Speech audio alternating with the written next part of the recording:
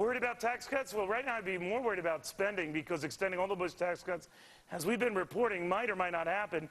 Here's what definitely will happen: spending, and tons of it.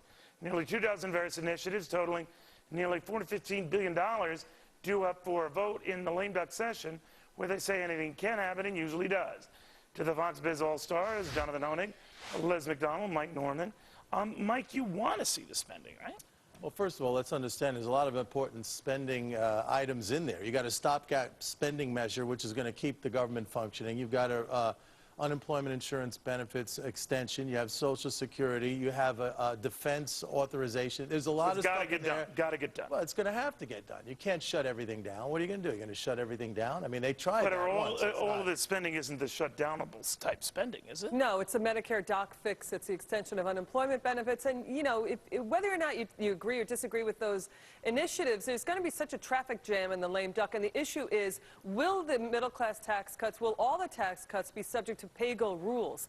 Will they be subject to gridlock in that month-long session, or whatever, however long it is? The paralysis that could be coming in, a month earlier into this session, and that is such a bad thing that the tax cuts would be subjected to possible, gridlock at this time when the American people need them. Why wouldn't they be subject to pay-go rules? Everything right now appears to be operating under Here's what I worry about. With the 20 spending initiatives, Jonathan, my only worry with this whole process is it's rushed, and if it's like anything I did in college, rushed the night before, it's crappy.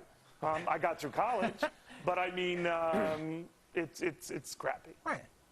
Right, Neil, of course, they push through these huge programs that have these long-lasting effects, and you get a situation very much like you had with health care, right, where you sign these bills that have wide-lasting effects that really nobody even reads or even pays too much attention to. And, Mike, I got to tell you, I disagree with you. I don't think that, for example, another Well, I don't think another renewable energy bill or unemployment employments or, for example, Nancy Pelosi's child nutrition legislation is integral to making this economy work. Tax cuts, yes. Well, maybe perhaps a fix for Fannie and Freddie. Because that's where you're wrong, and we keep getting back into this because you fundamentally don't understand that spending by government is a part of GDP. And if you reduce it by any measure, that by definition reduces GDP, which is already not that strong. But you're hanging your hat on the government getting us through this. Yes, right. I'm hanging my hat as the government as a primer of the pump. You got to prime the pump. But getting back to the new 20 I will get to you, Jonathan. Go ahead. Sorry, getting back to the new 20 spending measures, will they knock out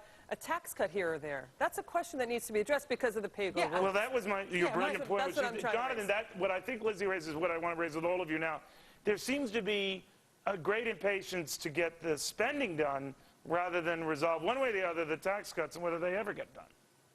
Well, if you agree with Mike and many on the left that government spending creates wealth, then yes, of course, spend. But Neil, they'd be saying that regardless of what the economy is doing. The fact is the economy is not doing well. So why not incentivize the people who create wealth, the productive individuals in the private sector that actually make the economy work?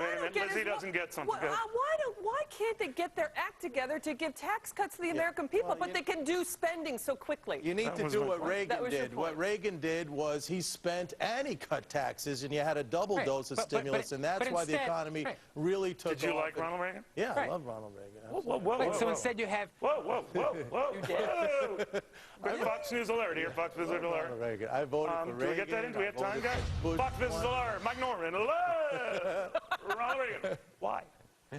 Look, Ronald Reagan at the time, he represented to me, he was the guy, the great communicator, bringing back America after a period of turbulent times and, where we really felt down on ourselves. And look, he had taxes a lot. But taxes went from 75% to 35%. But you like that? Yes, I have never said, contrary to how Jonathan tries to paint me, I'm for tax cuts. Oh, he'll besmirch you in a New York minute. Look, a spending cut, Neil, listen, a spending cut is the same thing as a tax increase. Spending took off under Reagan. That's why you like this. Spending took off under Reagan. There you go again. Okay.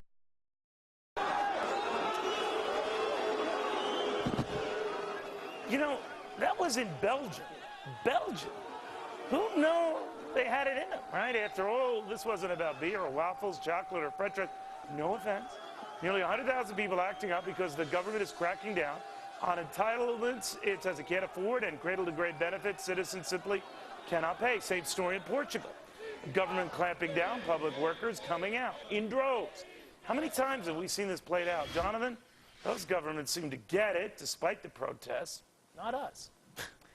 Well, Neil, the scenes are very frightening, and you're right. They've happened the whole summer long, not only in Belgium, but of course in Greece and in France and all the big spending in European entitlement states. I mean, in Greece, to talk about how violent it's been, the leftist-backed union groups literally burnt a bank. 3 people died who were trapped inside.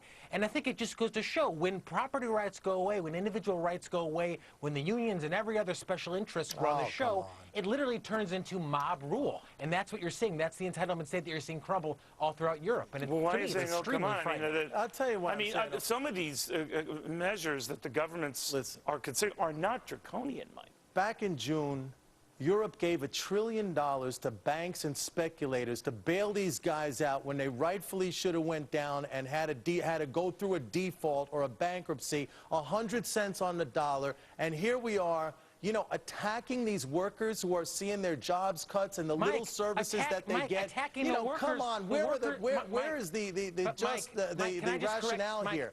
Where's the justice here? You don't give $1 trillion to speculators and banks and not expect to see riots. But it's all the banks' fault. This long cradle-to-grave socialism built up over the decades. They destroyed the economy. Or let me bring Lizzie into that. I could see some of what he's saying, but all of it? No, not all of it. I mean, look, this has been decades in the making. And so for these individuals who are protesting now to continue to expect these cradle-to-grave benefits is just absurd right now. Yes, the banks were horrible. Yes, it was wrong that they got those $1 trillion bailouts, and it was wrong. To blame it on the banks right now, it's let Mike explain. Everyone's piling up on him, and that's not fair, and that's not balanced. And it's to your point about all this stuff that's been building up. I never made a point yet. Guess what?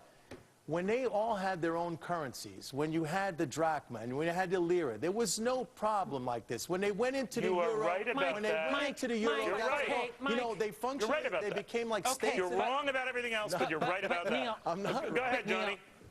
Well, Neil, I think Mike gives a little bit too much credit to call these protests. I mean, a protest is like when the Tea Party guys hold a couple of signs around. These are violent mobs that are literally going through all these European cities here. I mean, the pictures don't lie. Again, this isn't some, excuse my French, piss-poor third-world country. These are major world economies. If it happens in Belgium, why couldn't it happen in New York, in Cleveland, in Detroit? Belgium, Portugal, Greece, Romania, Italy. I mean, on and on we go. Look, let me say this. If conditions get bad enough, I mean, it could happen in Shangri-La. I mean, people are just going to come to a point where they're going to revolt. That's what you're seeing manifest. But they're revolting. No one is cutting off their heads. What conditions are bad enough for getting cradle-to-grave benefits? That's what I'm saying. It's not as if someone is saying, we're going to kill your firstborn.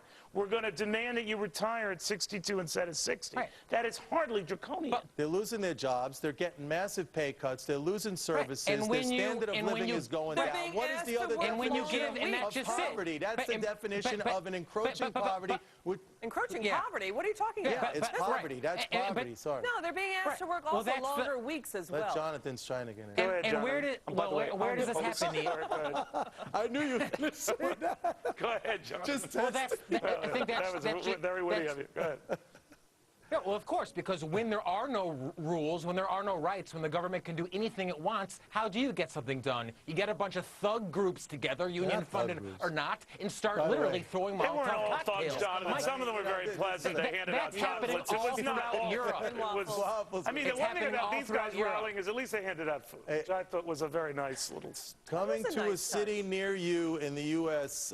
Very soon, my friend. Well, then it's going to scare... You're saying it's going to scare the Democrats into doing this type of thing because they don't want to piss off their base. It's already happening in Sacramento. It's already going on here. The Democrats are a splintered party that has run into trouble exactly for that reason, and they're losing in this. What's that, Jonathan? But that's the whole idea. Their philosophy is straight out of Belgium or Greece or France. You want to know something? Any of these big spending European countries where all the rioting happens to be taking place. We don't have time. No, we don't, but it's to be continued because the contempt here was palpable. Guys, I want to thank you all very much. Kidding. People are going, Neil, you shouldn't have said that. Anyway, you have spoken, I must decide. Anchor, president. To sit here and just read a prompter in New York or go to the White House and just read a prompter in Washington. You've reported now, I must decide, and in 90 seconds, I shall.